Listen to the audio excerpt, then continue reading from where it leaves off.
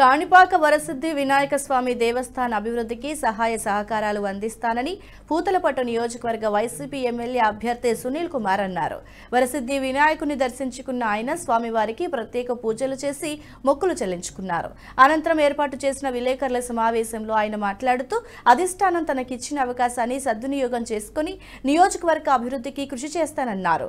Party నాయకులు కార్యకర్తలను కలుపుకొని పనిచేస్తానని స్పష్టం చేశారు.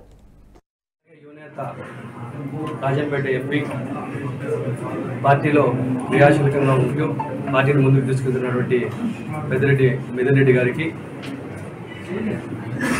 మరి పార్టీలో ఉన్నటువంటి ప్రజలందరికీ కూడా నా యొక్క ధన్యవాదాలు తెలియజేసుకుంటున్నాను. అలాగే మా యొక్క నియోజకవర్గంలో ఉన్నటువంటి 5 మండలాల కన్వీనర్లకు, నాయకులకు, కార్యకర్తలకు ఈ సందర్భంగా ప్రతి ఒక్కరికి పేరు పేరున ధన్యవాదాలు తెలియజేస్తున్నాను. మరి పార్టీ జగన్మోహన్ రెడ్డి గారు ఈ యొక్క 5 సంవత్సరాలు పరిపాలన మీకు అందరికీ కూడా తెలుసు. సంక్షేమము, అభివృద్ధి రెండు కూడా కళ్ళులాగా చేసుకొని ఈరోజు రాష్ట్రాన్ని ప్రగతి పథంలోకి తీసుకెళ్తున్నటువంటి